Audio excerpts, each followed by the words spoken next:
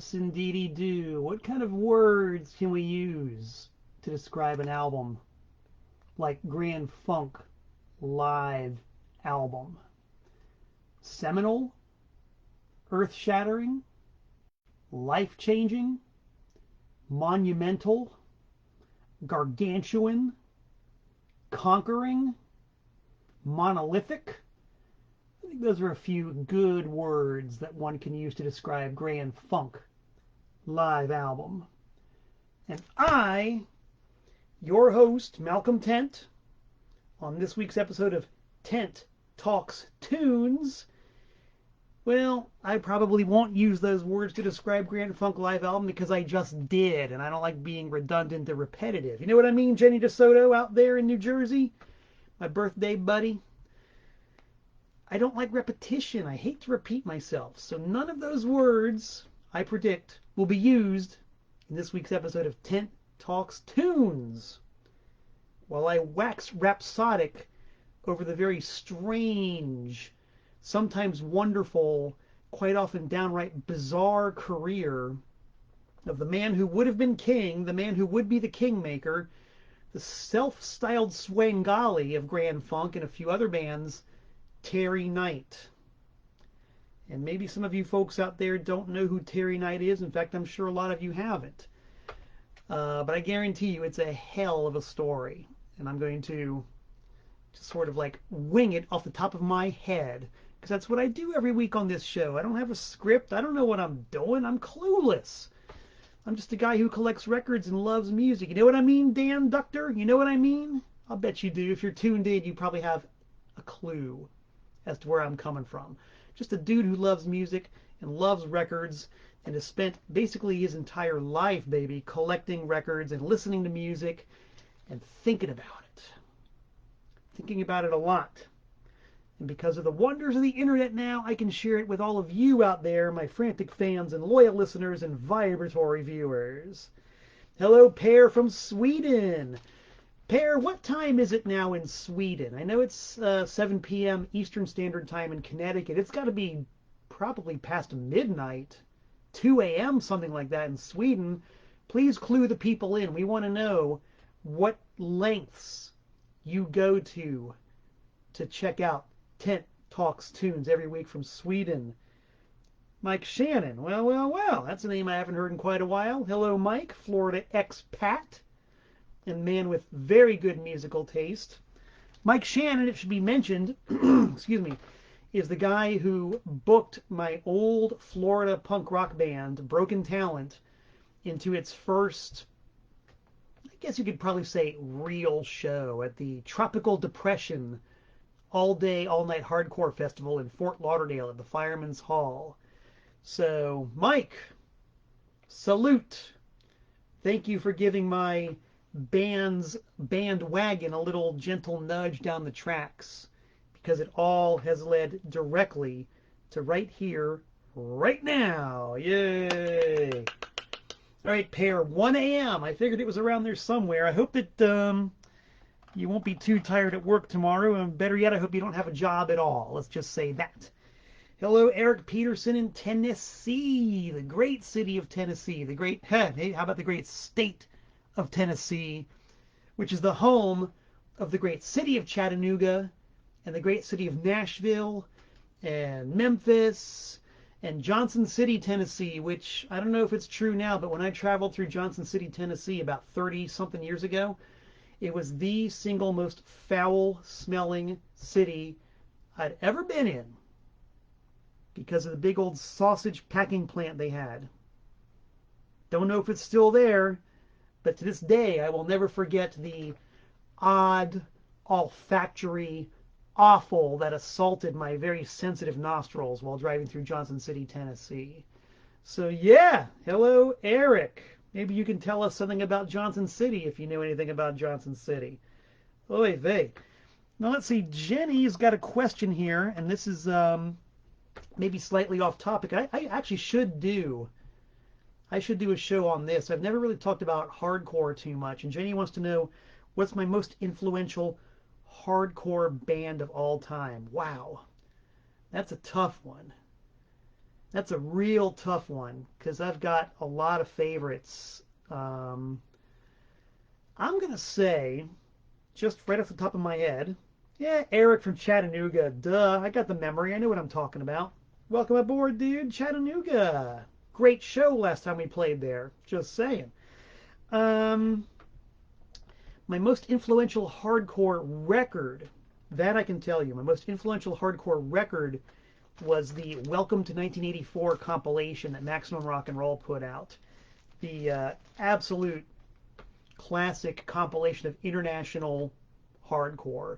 That blew my mind. That's a collection, that's a record that is still in my personal collection to this day, and which I will occasionally drag out and listen to.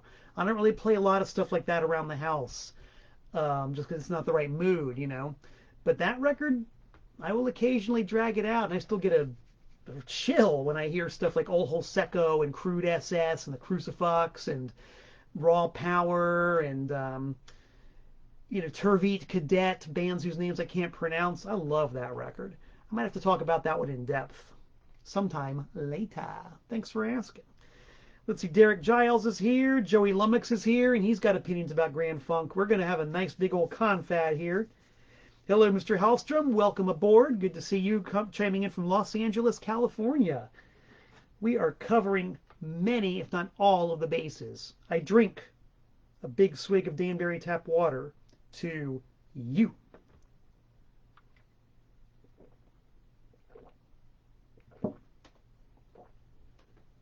Ah, that goes down smooth.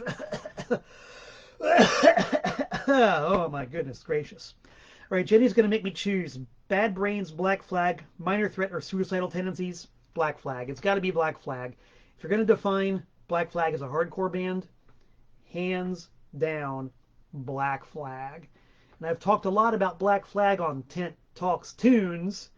And if you go to my YouTube channel, you will hear plenty of blab about Black Flag. Just scroll through my playlist and you'll see some relevant headers.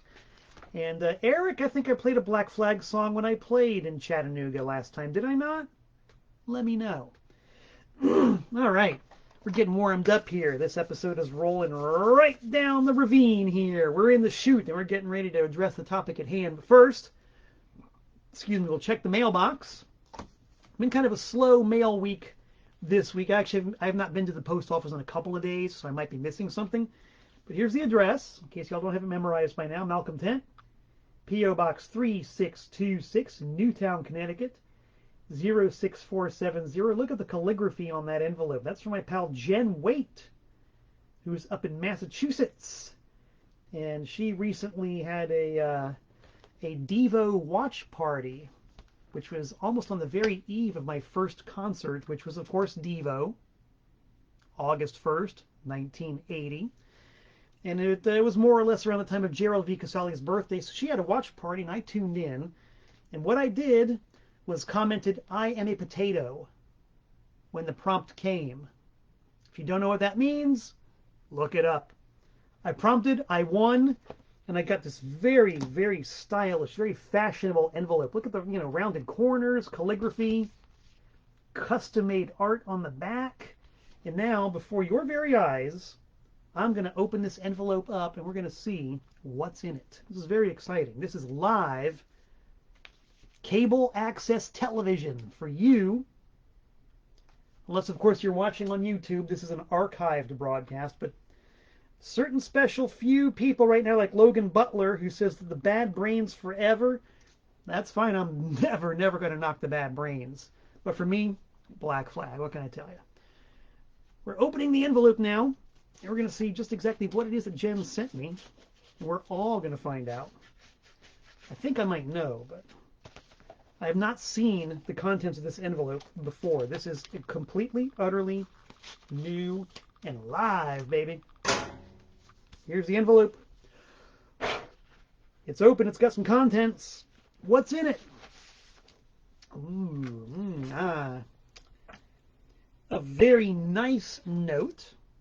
Says, "For Malcolm, enjoy these devolved art postcards. Thank you for being a part of the Jerry Jubilee. All the best, Jen." There's her handwriting. That is some fine, fine handwriting. I know mine's not nearly that good. I can't even draw stars that well. Look at that. Oh, yes, as I thought. Look at this. Art cards drawn by Jen herself. Jen Waite. There's a likeness of the man himself, Gerald V. Casale. His brother, Bob, too. That's beautiful. I'd like to know what medium that is. I think pencil. Jen, if you're watching, is this pencil? Sure looks like pencil to me. Alan, the man who's more than just a human metronome. Mark Allen Mothersbaugh, noted sociologist and musical anthropologist. Bob Mothersbaugh, a.k.a. Bob 1. That's the look he was sporting around 1982, if I were to guess. And oh, look at that. A couple extras of Alan from various eras. Oops, that's what I meant to do. Jen, thank you so much for this wonderful, wonderful art. I'm glad I was able to earn it, and I am very happy to show this to people. Thank you.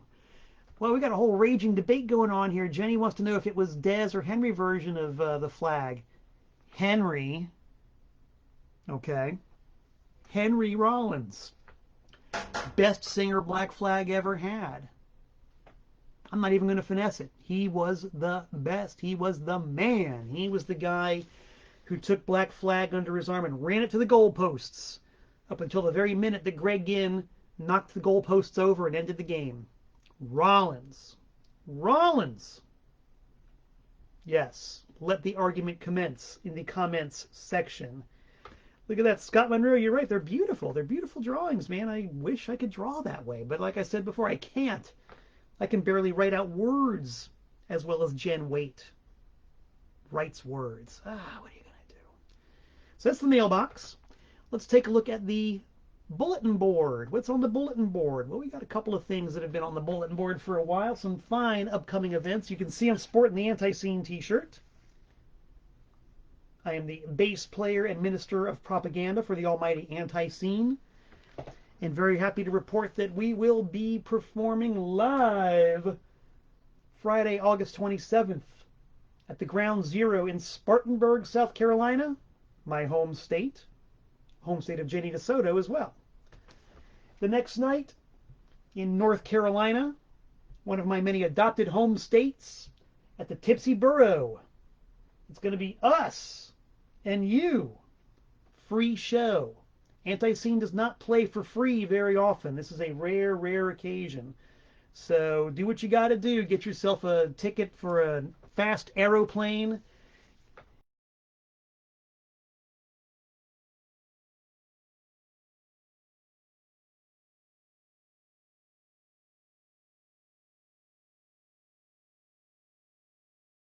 August 28th. You can thumb a ride maybe if you're the adventuresome type.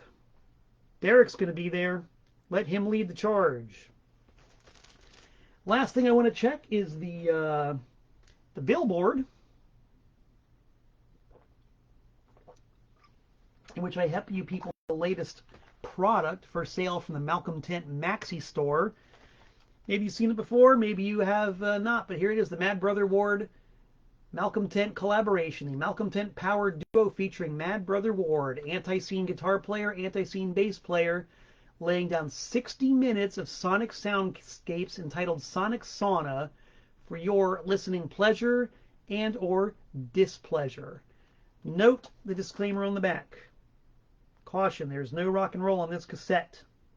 This is sculpted feedback, layered and harmonized and synchronized with lots of natural organic drift happening, and I love it. It's a great soundtrack. It's not rock and roll. Sounds really cool.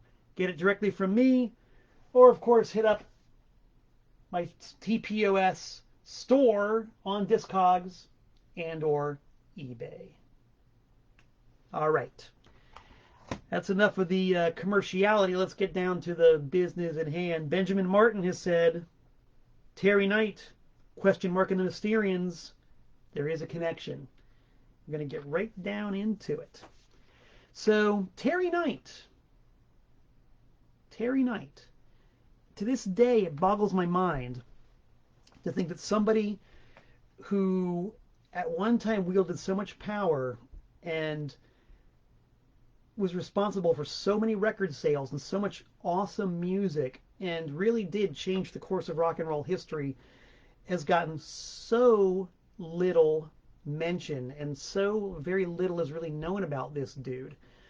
Of course, we all know that's because the accepted official tastemakers, excuse me, who tell the American public and the world population what's good, don't like Terry Knight. They don't like Terry Knight, and they don't like the band that he is most famous for, which is, of course, the incredible Grand Funk Railroad. The official tastemakers have always looked down on Grand Funk.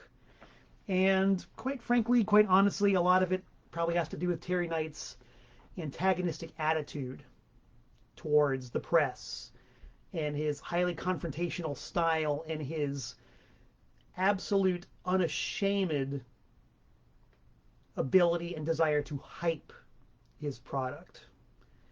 And because of that, he's just sort of been not even written out of the history, just never written about at all. If you go to the internet and look up Terry Knight, you'll find some stuff, but you won't find anything in depth. There are no printed books about Terry Knight, and precious few about Grand Funk. I can only think of one, and that doesn't include Mark Farner's autobiography. So two books for a band that sold millions and millions and millions and millions of records and had hit singles. We're an American Band, Closer to Home, Shining On, Some Kind of Wonderful.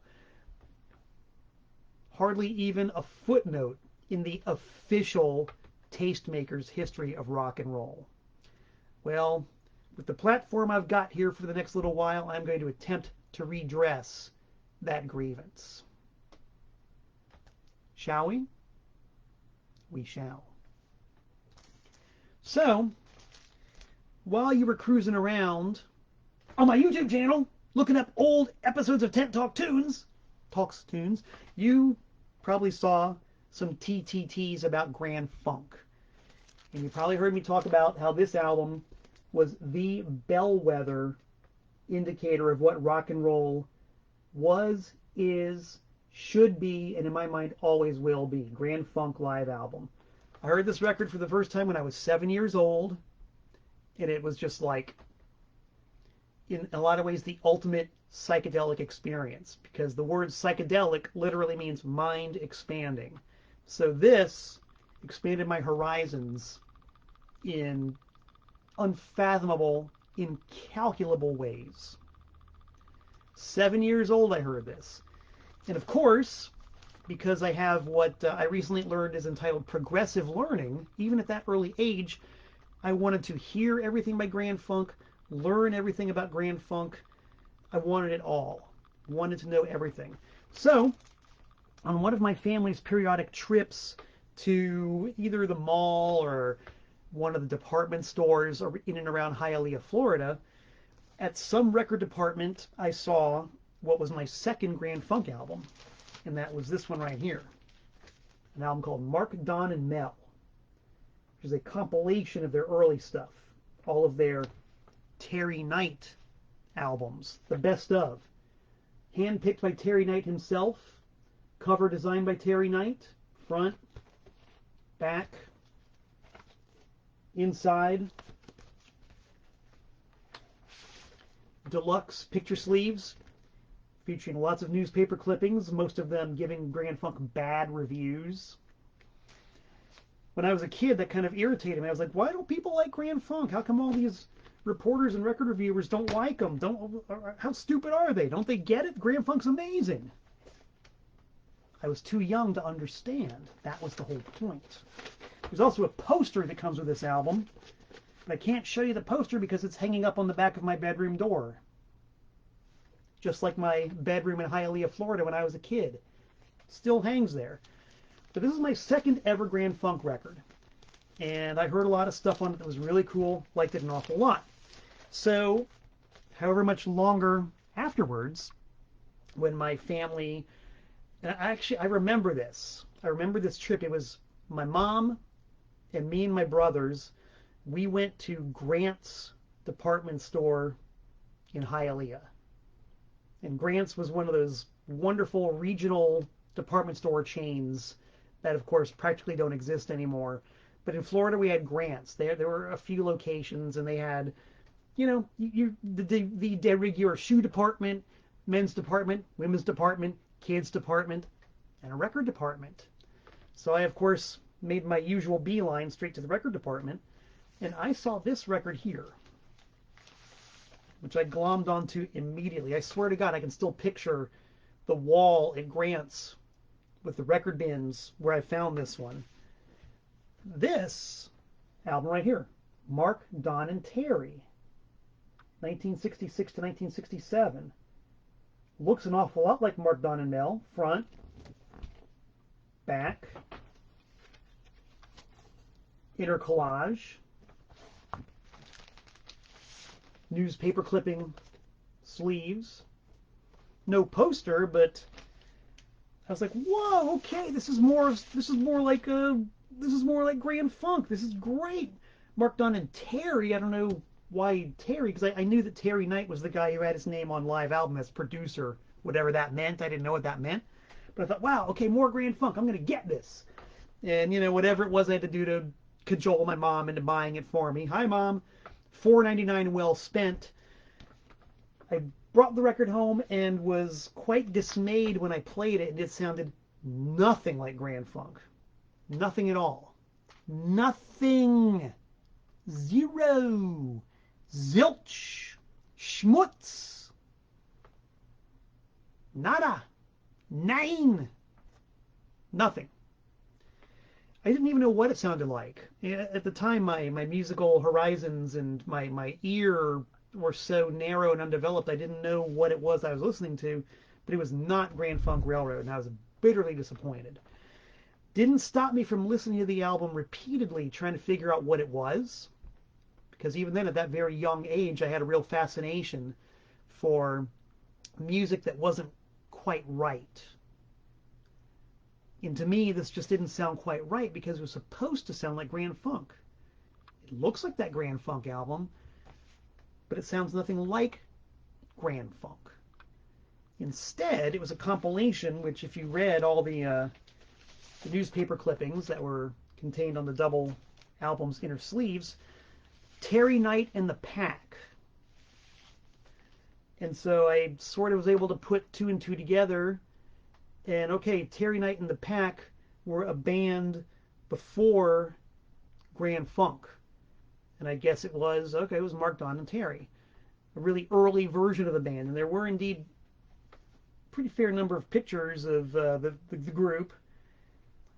And they, you could tell, like, if you see, it's really hard to describe. Like, I could look at these guys and I could see, okay, that guy right there, that's Mark. All the way to the right, if you're looking right there, that's Mark. Okay, that's a very young Mark. That's a very young Don. I don't know who the other guys are. They're not Grand Funk. Okay, well there's Mark.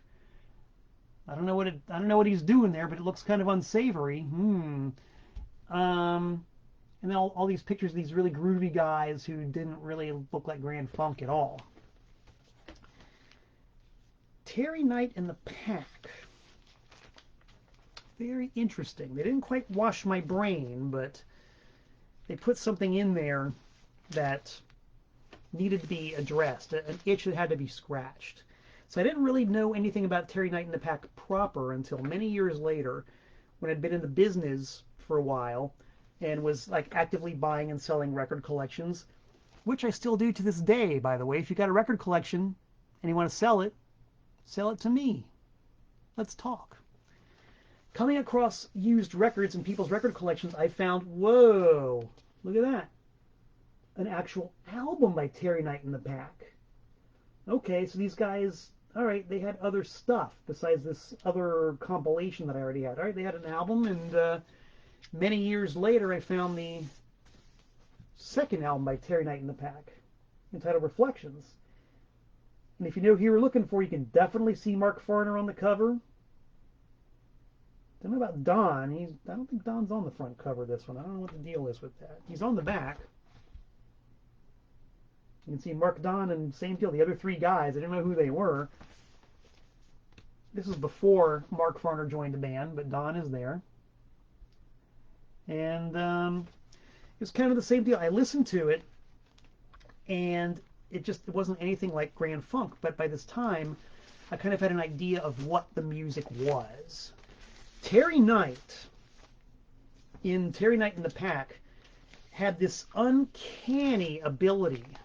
I would almost call it a genius, one of his unheralded geniuses.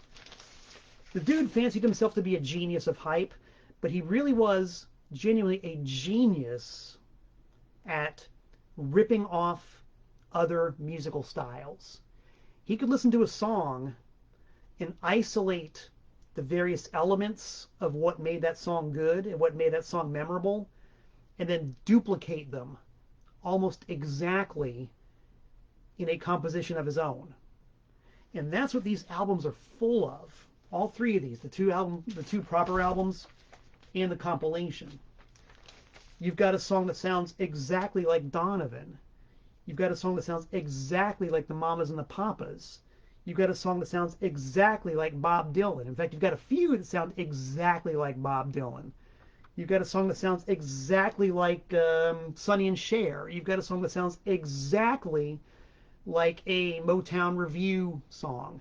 This guy could find a style and bite it off without any shame whatsoever. Wasn't a very good singer, and his lyrics were 95% of the time downright silly.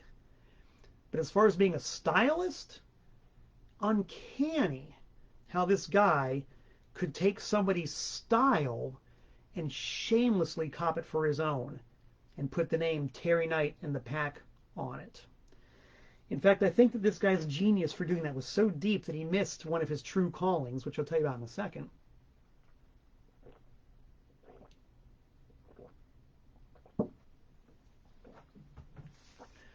Another favorite topic of mine on Tent Talks Tunes, and once again, if you go to my YouTube channel and look through the archives, you'll see me doing a show on the absolutely fantastic, wonderful, cheesy exploitation cash-in records of the 60s, wherein some absolutely anonymous, faceless, nameless, I won't go so far as to say talentless, but let's just say hack studio musicians would knock off literally dozens of cheesy versions of whatever the current hit of the day was.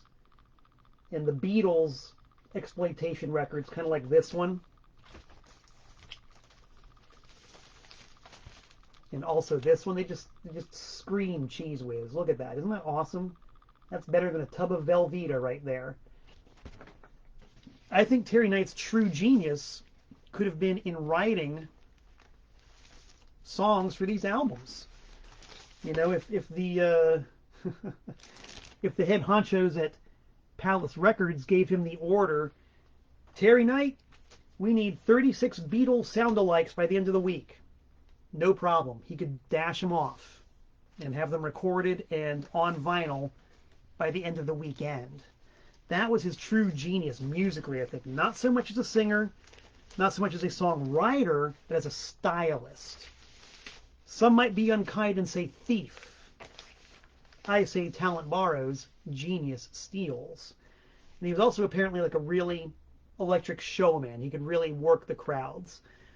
But who was he? Well, he was a dude. He started out as a radio DJ in the greater Detroit area.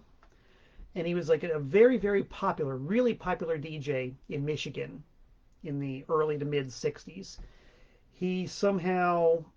oh, wait, hold on a second. Gary Childs, yes, the old camera with the chattering sound. I know, out of pure reflex, I grabbed the crappy old camera and hooked it up before I realized what I was doing, and it was too late to change it. Sorry, guys. I know the chattering sound can be kind of annoying, but that's my mistake this week. I'll be back to La Dama Dorada's gift camera, which doesn't sound so annoying next week.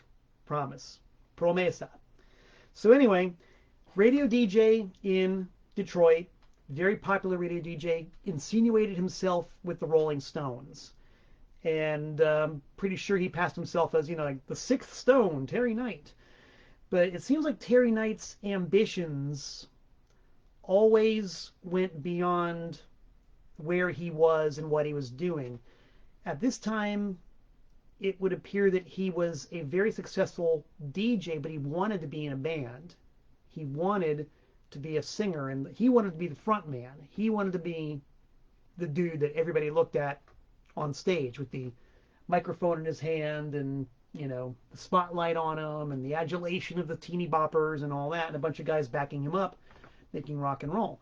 So he somehow, somewhere, found a group from Flint, Michigan called the Jazz Masters, and kind of like Frank Zappa did with, what were the Mothers called before they were the Mothers? I forget. Somebody out there knows what the Mothers were before Frank Zappa got a hold of them. But kind of the same deal. Frank Zappa found this band and said, hey guys, follow my example and you'll go far. Terry Knight did the same thing with the Jazz Masters. He got them to be his backing band, changed the name to Terry Knight and the Pack, and started cranking out records, all of which were uncanny stylistic ripoffs of whatever the current hit of the day was. It's incredible when you listen to them one after another. You can almost the Blackouts. Thank you, Gary. You can almost tell what was in the charts 3 weeks before the Terry Knight and the Pack record you're holding in your hand was, because their record sounds just like that. And the only reason there's a 3-week delay is because it took that long to write, record, and press the single. Truly uncanny. Really amazing. Oh, and the Soul Giants. That's right. That was Ray Collins' band. Thank you, guys. Thank you, thank you. My listeners, I'd be nowhere without you. So Terry Knight and the Pack started doing this. And they had regional hits. And, a little bit of airplay. And, fairly big band on the circuit. The Michigan, Ohio, maybe Southern Canada circuit. They even had one national hit, which was a version of I Who Have Nothing. And there was actually a TV appearance on Dick Clark's show Where the Action Is, where Terry Knight and the Pack do I Who Have Nothing. And take a look at it. It's widely available on YouTube, where my channel is. Look it up, Terry Knight and the Pack, I Who Have Nothing, and just watch the performance by Terry Knight. Just watch the way that he wrings every single milliliter of emotion that he possibly can out of a tortured lyric, while the Pack stand way in the background and only every once in a while on the camera. That kind of sums up Terry Knight in a lot of ways. It's a masterpiece of hype and emoting. And look at me. So, for whatever reasons, Terry Knight and the Pack kind of ran their course. They were never able to really get a bigger hit than that. They might have come close with their version of Lady Jane by the Rolling Stones. And this is also a very funny story that kind of illustrates the sheer chutzpah of Terry Knight. The Stones sent him an advance, probably an acetate single of an upcoming song of theirs, Lady Jane. I guess with the intention that Terry Knight would play it on the radio. I guess they didn't know that he wasn't a DJ anymore, but he was now the lead singer of this band. So what did Terry Knight do? He took the record, sat down with the Pack. They learned the song. Terry Knight learned the lyrics, including some phonetic versions of what he thought the lyrics were, bashed out the single, and had it on the market way before the Stones released their version. And, a genuine unreleased Jagger Richards composition. It's going to get some airplay. And apparently it started going up the charts, but then the Stones heard about it and said, excuse me? what are you doing? We gave this for you to play on the radio, not to steal. And that was the end of Lady Jane as a potential hit single for Terry Knight and the Pack. Once again, you can look it up. I'm sure it's out there somewhere in internet land, and listen for the lyrics. He mostly gets them right. He mostly gets the lyrics right, but not 100%. Not 100%. There's at least one very funny phonetic lyric in that song. A lot of nerve that Terry Knight had. Lots of nerve. So the Pack are kind of stalling. They sort of done all they're going to do in the Michigan, Ohio, Midwest circuit. So Terry Knight splits off, and first he tries to go solo. He released at least one single as a solo, Elizabeth Peach, I'm pretty sure it was called. And that didn't really work, and he eventually found himself desiring to be in the managerial end of things. And he's one of those dudes, he's kind of like Kim Fowley. Kim Fowley is one of those dudes who was a born hustler, a born wheeler dealer. He was always looking for the next deal, always looking for the next hustle, always looking for the next thing that he could make the big thing. All right, I don't know if I've ascertained this before, but Terry Knight was very good at hype. And probably for a little while masterful at it. So by whatever means it was, Terry Knight rejoined forces with Mark and Don from the Pack. This, of course, was after Terry Knight gave one final shot at the charts with a very bizarre and weird single called St. Paul. This is the penultimate Terry Knight single, St. Paul, recorded in late 68, came out in early 69.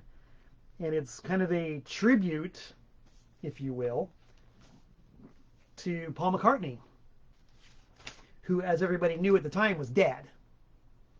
So it's this oblique reference to the Paul is dead controversy. And it's a strange record, man. It's a great novelty record, but quite weird, quite funny in its kind of unintentional way. And he had a couple others on Capitol, but they didn't really go anywhere around that time. So it seemed like he had primed his pump and gotten all that he could out of his career as a rock and roll singer. So after all that, he hooked back up with Mark and Don, and now Mel, Grand Funk Railroad, and got the hype machine going. Started flogging the name Grand Funk left, right, and center. And, got them to play for free at the Atlanta Pop Festival, got them to open up festivals all over the country, and, soon enough Grand Funk was happening, like really happening. And this entire time, Terry Knight was just like bombarding the press with press releases and interviews and whatnot about how important Grand Funk were, and how they were the voice of the people, and how they were the only band that actually talked to kids, and all of the above, which was probably true to some extent. But Terry Knight, from everything I've seen and heard and read, it seems like he never knew quite when to stop. He was the type of dude who would always overstay his welcome. And his hype was so bombastic and so nonstop and so relentless that people in the press started to pay more attention to that than to Grand Funk. And shortly after a short while, began to think that Grand Funk wasn't a valid band. It was all just hype. It was all just Terry Knight's press office cranking out more bullshit to fill column inches with. Didn't help that Grand Funk, and this is why I love Grand Funk so much, played a very stripped down, primitive, sludgy version of rock and roll. It is proto-punk to the max. It is like simple caveman, 3, maybe 4 chords, repetitious, louder than God on a bad day. And this is when all the tastemakers were falling in love with James Taylor and Eric Clapton and Joni Mitchell, who I don't dislike, but that was, that's what they said was good. That's what Rolling Stone said was acceptable. Eric Clapton. I hate Eric Clapton, man. Hate him. But that's what was being sold by the tastemakers. And Terry Knight kind of saw this as an opening and went in direct opposition to that sort of taste making, which of course won him zero friends with the tastemakers, but probably helped make Grand Funk be a true, genuine, honest-to-God populist band, the people's band, which they remain to this day. Correct me if I'm wrong, but they're not in the Rock and Roll Hall of Fame. You don't see the bookshelves full of books about them. You don't have, people citing them as influences all the goddamn time. It's just like they're not there. And that's because Terry Knight, for better or worse, zeroed in on the fact that they were opposed to the music establishment. Now, as I mentioned before, Terry Knight always seemed to have his eye on a different horizon than where he was. He had itchy feet, I guess you could say. And one thing that's fairly consistent about his career is that once he stopped doing something, he never went back. Ever. I mean, he lived until the year 2005, and he got out of the music business in 1973. For the 32 years between the time that he left the business to the day he died, he never went back. He never went back to being a DJ. He never went back to being a manager. He never went back to being a performer.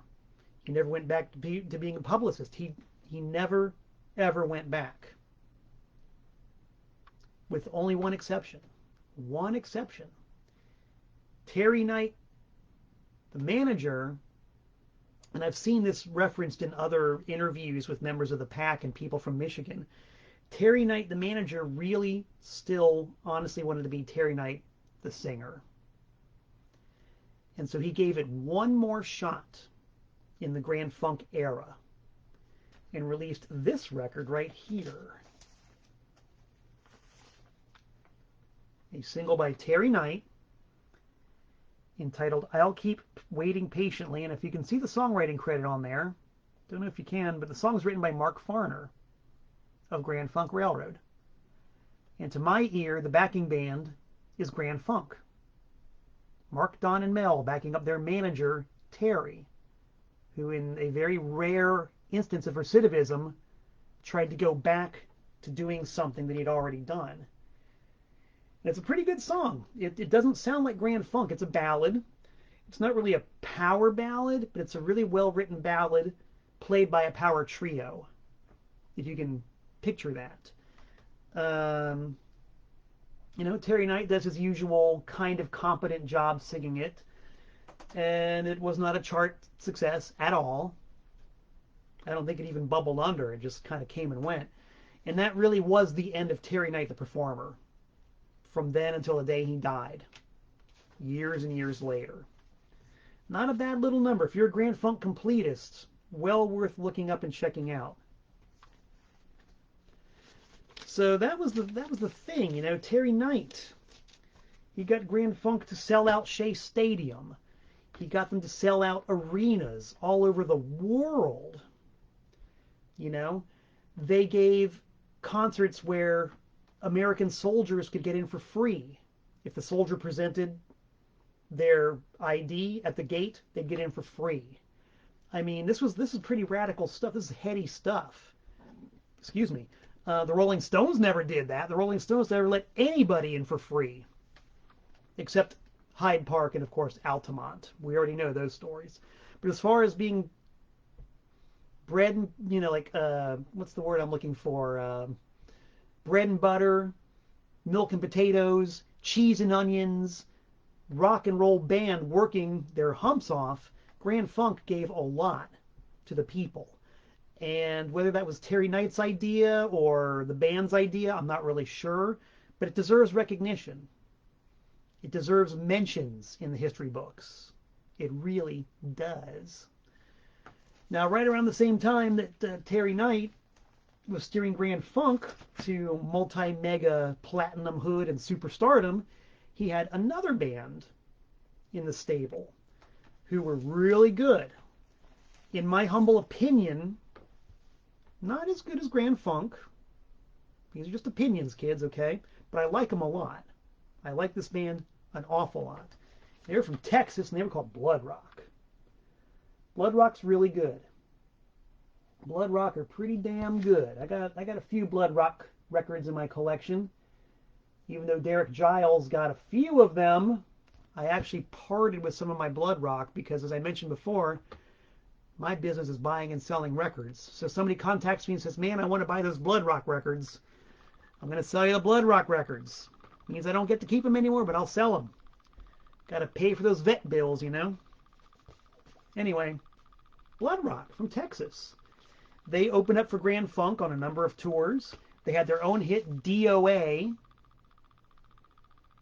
which in true Terry Knight fashion has been almost universally reviled as being the worst song to ever hit the top 40 in recorded history. DOA by Bloodrock. That's D. Let's see, is that D? That's DOA by Bloodrock. The worst single to ever hit the charts. Look it up. If that sounds enticing to you, I guarantee satisfaction. Love it. And Bloodrock put out a number of really good albums. The last one of which came out in, I think, maybe 1972 early, was Bloodrock 3. Produced by Terry Knight, as were the previous albums. And I mentioned that Terry Knight had two areas of genius. And the first one being, of course, a stylist. The other was graphic design. Terry Knight was a brilliant graphic artist. I mean, just look at the simplicity of the design. And you notice that Grand Funk records share most of the same design elements, only in black. You've got big, empty spaces with the text placed very carefully. Usually, almost always, a column of text right by the left-hand flap. Some liner notes somewhere placed in relationship to the text. Big open spaces. I mean, check it out. That's Bloodrock 3. That's Mark, Don, and Mel. It's kind of like the difference between Kiss and Angel in the mid-70s. You know, Kiss was black leather, Angel was white satin. So you could basically say that Grand Funk was black and red. Bloodrock was kind of like red and white.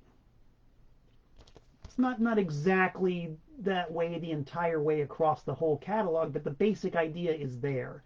And Terry Knight was a great graphic designer. I don't think he's ever gotten credit for his album covers or his posters, but they look really good. They're striking, you know. You take a look at this. I mean, this is what hooked me when I was 7 years old. I'd never heard a note of Grand Funk's music, but I saw that cover, and I wanted it. I wanted to be a part of that, you know. The stark back, note the text placement. Most Grand Funk records had gatefold covers with a very simple, large, bold image on the inside. It's Terry Knight, kids. The guy had a real graphic vision. And I think he deserves a little more credit than he's ever gotten for that.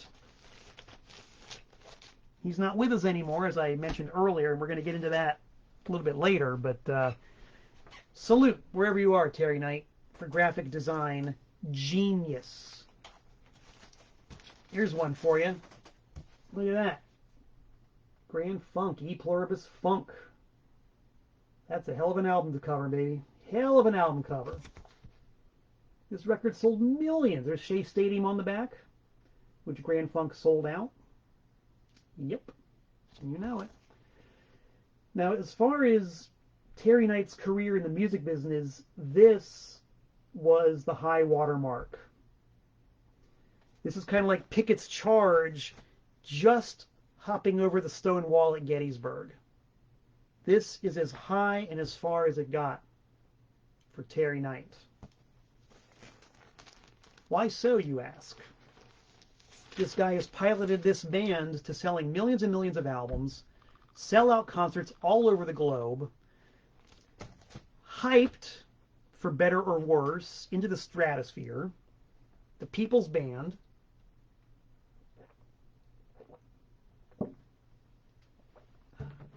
What happened?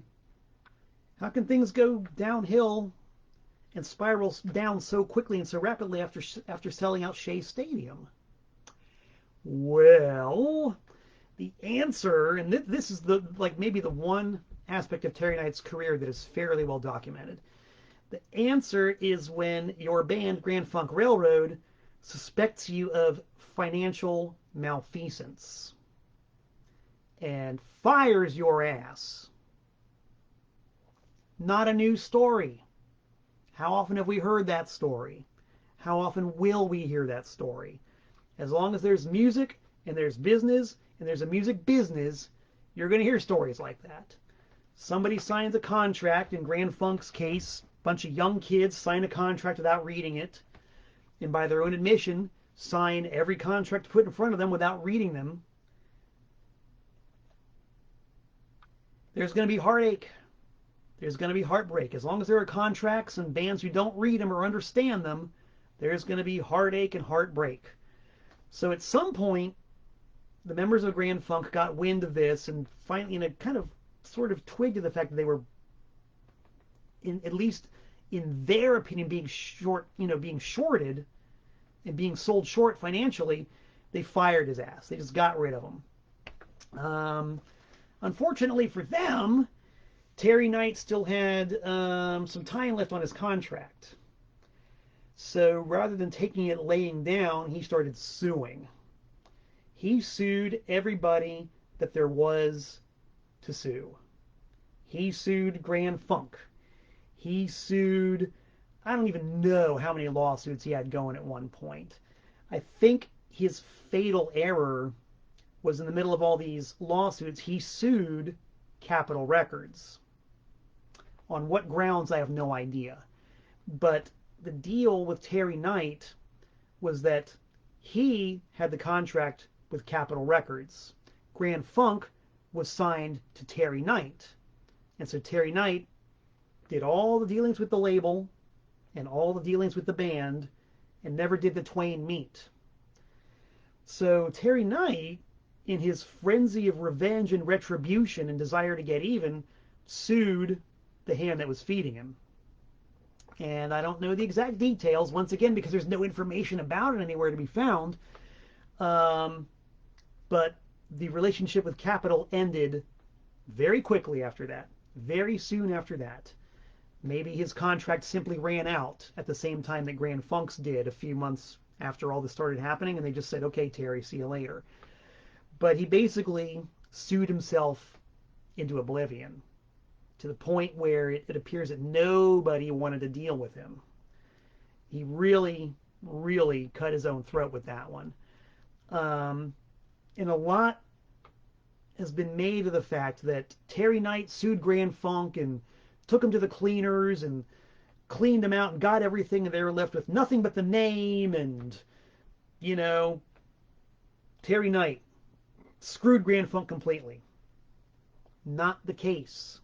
That's where the real irony of this whole thing comes in. Terry Knight did not walk away, from the negotiations as the clear-cut winner. He hyped it as being so. He would always say, oh yeah, well, I got everything I ever wanted from Grand Funk, and I'll be the bad guy, as long as I'm the bad guy on my way to the bank every week.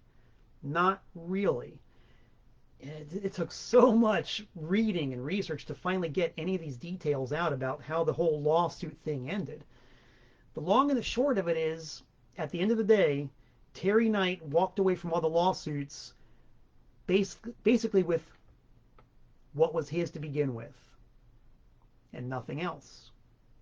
What was his, unequivocally, was 50% of Grand Funk's publishing royalties, and an oil company that he set up to invest Grand Funk's earnings in. And that was a big bone of contention because this oil company called White Shield never made any money. Like Grand Funk was investing millions and millions, or however many millions, however many dollars, maybe a million, I don't know, but investing lots of money into this oil company that never had a return, ever. Sheer coincidence, I'm sure, that the president of the oil company was the brother of Terry Knight's lawyer. Just saying. I'm sure it was a coincidence. I'm sure it got overlooked. Somehow somebody missed that conflict of interest. I don't know if everybody out there can spell conflict of interest, but you can certainly say conflict of interest. Just a coincidence that the manager's brother owned the investment firm that the band was investing all the money in, and it never turned a profit, ever. But, yeah, Terry Knight got that, and he got his 50% of the publisher's royalties, which were legally his to begin with per contract. And I have a real feeling that he might have even dealt a lot of that away in the intervening years as he attempted to fund his next ventures and also lead the jet set lifestyle. Mind you, this is after he shot himself in the foot and basically scared everybody away because he was suing everybody. You try to do that in the biz and nobody wants to play ball, which would explain the next phase of Terry Knight's career. Oh, by the way, the other thing that he got from the settlement that was not contested by anybody, and I think it's very poignant that in the settlement he demanded and got the right to receive one gold record for every gold record that Grand Funk produced after they split. Kind of poignant, really, when you think about it. So he got what was his, and he got some gold records. And that's all he got. Grand Funk, as we know, later went on to do an album soon thereafter called We're an American Band, produced by Todd Rundgren, and the rest is hysteria. I will mention, note the graphic design. Terry Knight did not design that cover, but it is definitely an homage in the style of the Terry Knight graphic design. And they never did an album like this, ever. All their album covers after this were like very busy, very involved. You could even say gaudy. But I think that was one last tip of the hat to Terry Knight. Was the great We're an American Band album.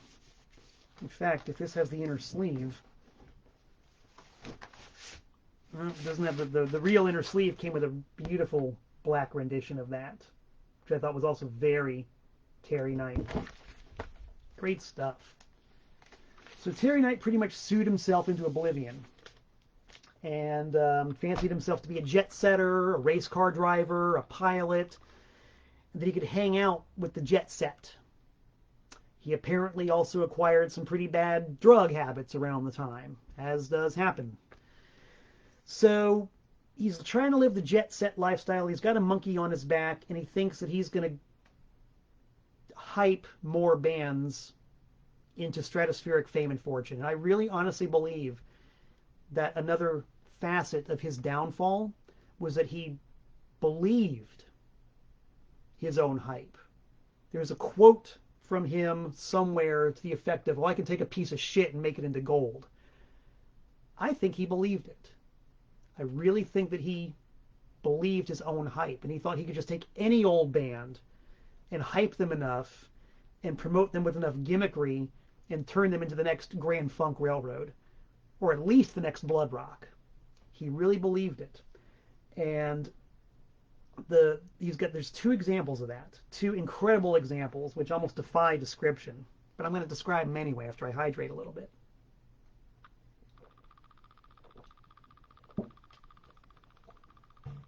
The first one, And I don't have a copy of this album. It's probably one of the very few Terry Knight things I don't have in my personal collection. But you can look it up. There's a band called Mom's Apple Pie that Terry Knight was going to hype into Olympia. I should say Olympus. I'm sure they played Olympia, Washington, but they never quite ascended Olympian heights. Mom's Apple Pie. They were a band, 1973-ish. And, at this time, Blood, Sweat, and Tears was having lots of hits. Chicago was really taking off. And so the thing at the time was kind of like rock bands with horn sections. Your regular guitar, bass, drums, keyboards, and some horns. So Mom's Apple Pie was one of those bands. Rock band, horn section. Kind of sound like Blood, Sweat, and Tears. They kind of sound like Chicago. They definitely sound like a whole bunch of other bands who jumped on that particular wagon around that time. I can't say they're a bad band. They're certainly competent. They were professional. They did what they did well. But everything they did was strictly textbook. Strictly predictable. Textbook chord changes, textbook scales, textbook guitar solos. You got the textbook horn section of the day. It was, like competent rock music. It's the kind of music you would hear that if you went to the local the local day festival on the green in your town, and there was a rock band there playing original music. That's kind of like what Mom's Apple Pie was. No disrespect to them whatsoever, but that's just kind of what they were. Not much to really set them out from the crowd. Unlike Grand Funk and Bloodrock, who really did sound like something that was not part of the dominant paradigm. How'd you like that term? Pretty good, I thought. I think Bloodrock and Grand Funk really had a unique, great sound. Mom's Apple Pie did not. But Terry Knight figured he could create the hype and make them huge. So what he did was he came up with this absurdly ridiculous, offensive album cover. I'm not even going to try to describe it, man. Words can't even do it justice. You've got the internet. Look it up. Look up Mom's Apple Pie album cover and take a good, close look at that slice of pie that's missing from the pie. Just take a good look at the interior of that slice. That's what Terry Knight unleashed upon the world as his hype masterpiece for Mom's Apple Pie. The idea, of course, was that everybody was going to be so offended by it and demand its recall that it was going to make the album sell lots and lots and lots of records. Problem is, nobody really cared that much. Nobody really cared.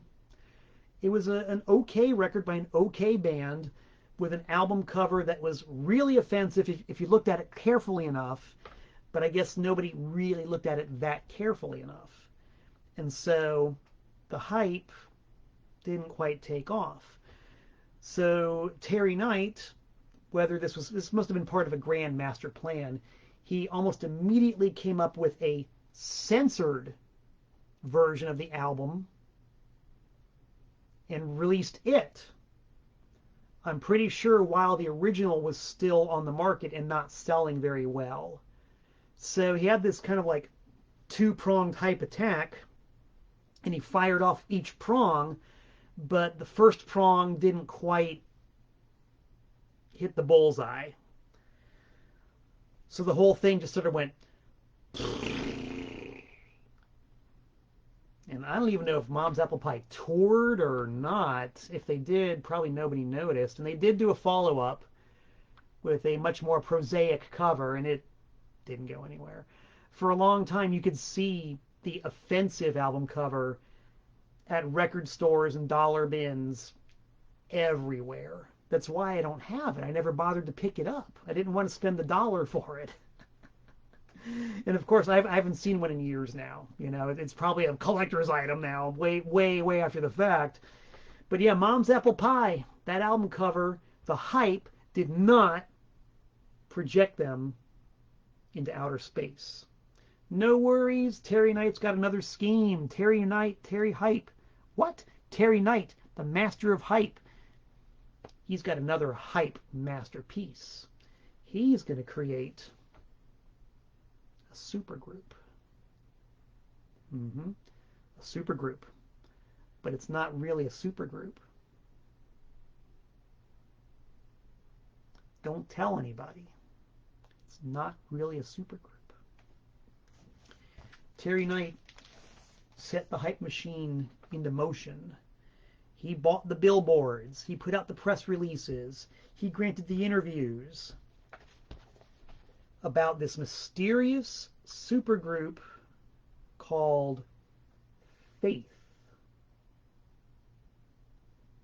And once again, I will draw your attention to look at the cover. Another classic Terry Knight graphic design. I mean, if the record, well, we'll get to that in a minute. If people were willing to buy an album just on the cover and how bold and striking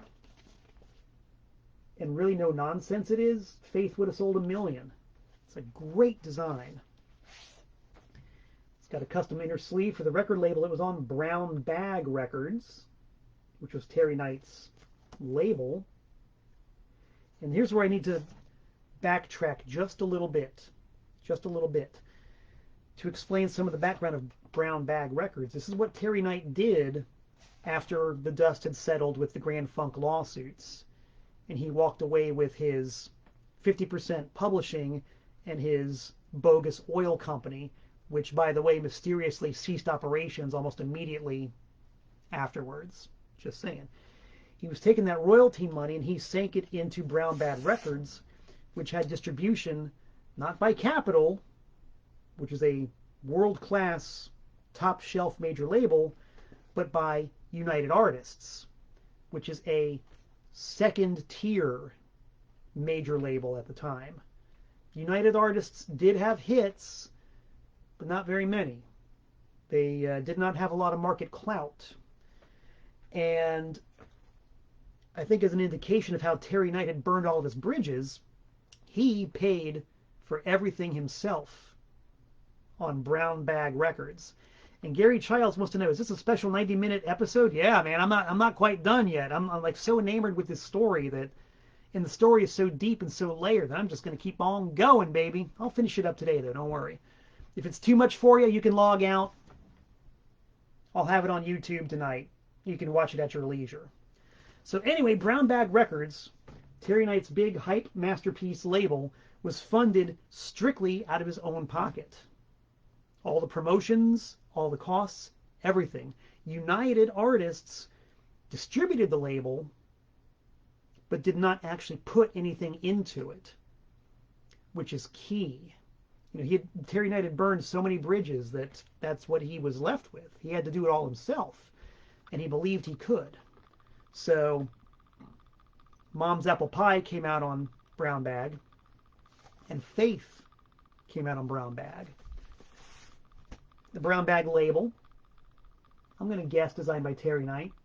Pretty striking, looks pretty good. So anyway, he's got this label that he's paying for out of his own pocket with very limited resources.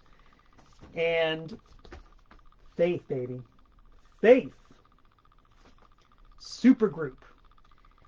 He rented the billboards, he did the press releases, the interviews about this group currently rehearsing in secret that's going to make its world debut at Madison Square Garden. And when you see them and when you hear them, you're not going to believe it. That was the hype for Faith. And he milked it and he milked it and he milked it. Madison Square Garden is booked. Tickets go on sale. I guess people started to buy tickets. The album comes out with the mysterious and enigmatic cover photo. Who are those guys? We can't see their faces, but who are they?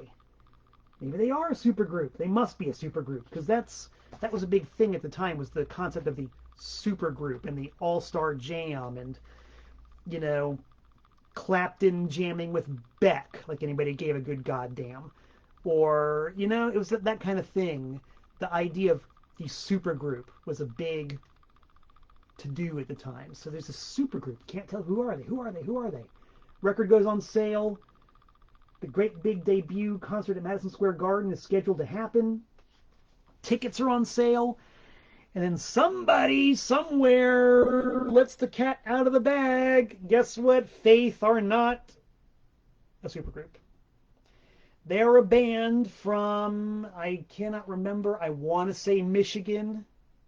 Might be Ohio. Somebody out there knows. They are a group formerly known as Limousine from the Midwest.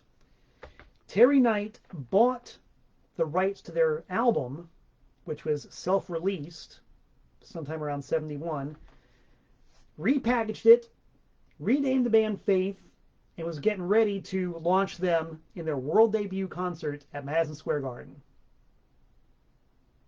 After which they would, of course, be as big as Grand Funk. Or at least as big as Bloodrock. At least. At least. Yep, that's what was going to happen. All those people were going to buy tickets to see this supergroup at Madison Square Garden. And these guys were going to hit the stage and blow them so far out of the water that Faith would become gigantic. All on the basis of one concert. All you got to do is have faith. Well, let's say, kids, that even if the concert did take place,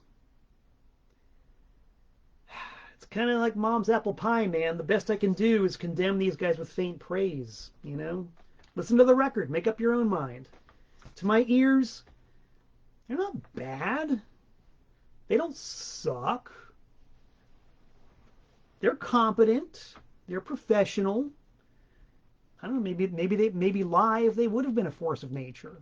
I don't know. But the album, it's definitely about there on par with Mom's Apple Pie. It's a record with contemporary rock music on it. And that's about it. So I have a real hard time believing that these guys from, as Austin Kutcher points out, from Indianapolis, that these dudes from Indiana were going to set foot on stage at Madison Square Garden and win the hearts and minds of a young generation who needed leaders after Grand Funk. I don't see it happening. Probably mercifully so. The show was canceled. Kind of like Mom's Apple Pie. I don't know if Faith ever played or toured or anything. I kind of think they didn't. But that was sort of the end of that massive hype. It just didn't happen. Excuse me.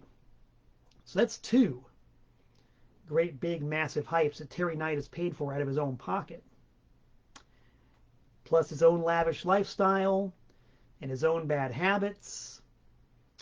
Ain't looking too good, because you know Grand Funk publishing money is a pretty hefty amount. I can tell you, I'll say right now boldly from the shoulder that I could live off of that money for the rest of my life. No problem. Hell, make it 10%.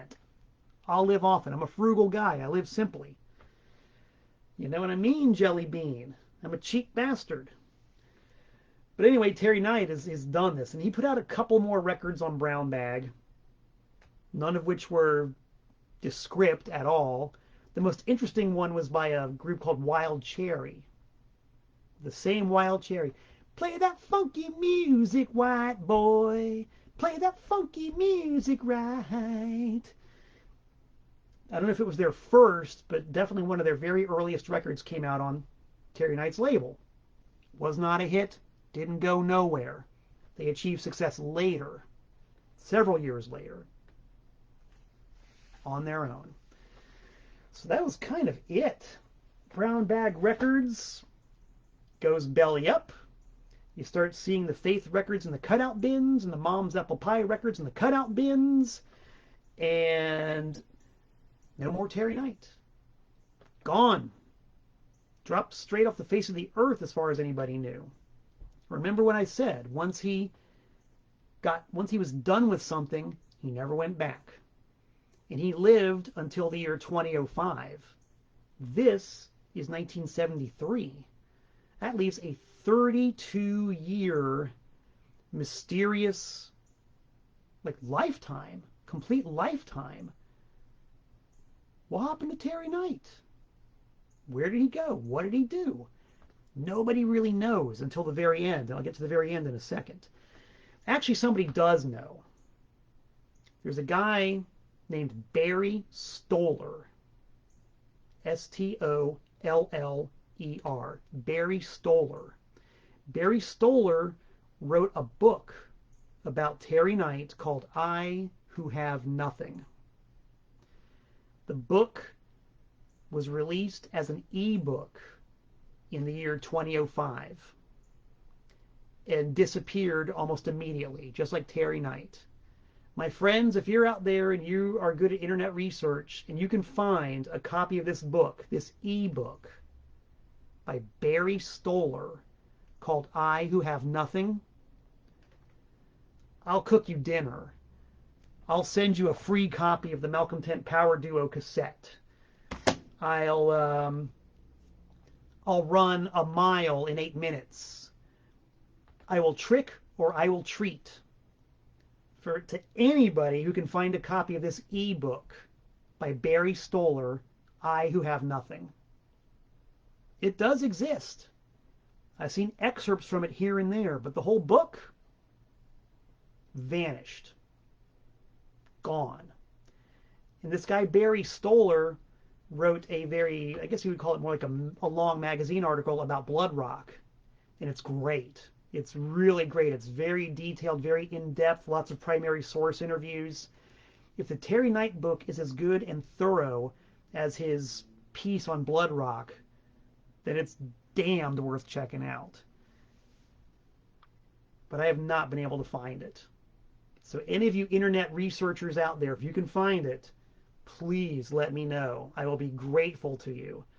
And I'll be happy to express my gratitude in any appropriate way that I possibly can. Notice I said appropriate. I Who Have Nothing by Barry Stoller. The Terry Knight story. Maybe in that book there are some clues as to what happened to Terry Knight in the 32 years before his death. His death got some coverage. His death did make the papers.